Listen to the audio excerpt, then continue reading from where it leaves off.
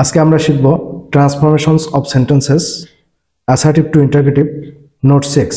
Assertive sentence এ subject যদি everybody, everyone, nobody, no one, all ব্যক্তিবাচক হয়, ইন্টারগেটিভ করার সময় ইন্টারগেটিভ সেন্টেন্সের শুরুতে উক্ত সাবজেক্ট এর স্থানে হু বসাতে হয়।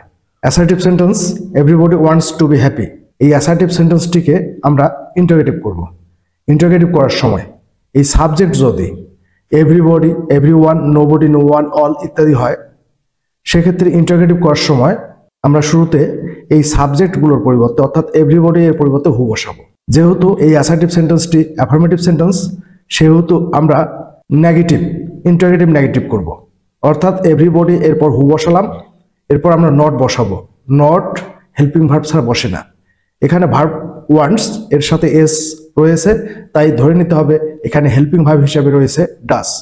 হু ডাস নট এস অর্থাৎ ডাস এখানে চলে এসেছে, বাকি থাকে ওয়ান্ট টু বি হ্যাপি। যেহেতু ইন্টারগেটিভ সেন্টেন্স, সেহেতু আমরা সবার শেষে একটি প্রশ্নবোধক চিহ্ন বসিয়েছি। আমরা আরো একটি এক্সাম্পল করব। Assertive sentence nobody wants to fail, এই অ্যাসার্টিভ সেন্টেন্সটি নেগেটিভ। নোবডি যদি থাকে, নোবডি এর পরিবর্তে আমরা হু বসাবো। হু যেহেতু নেগেটিভ সেন্টেন্স, সেহেতু আমরা আর নেগেটিভ বসাবো না। নোবডি এর পরিবর্তে হু বসালাম এবং বাকি সব ঠিক থাকবে। Who wants to fail. ভিডিওটি দেখার জন্য সুমন স্যারের পক্ষ থেকে সবাইকে ধন্যবাদ।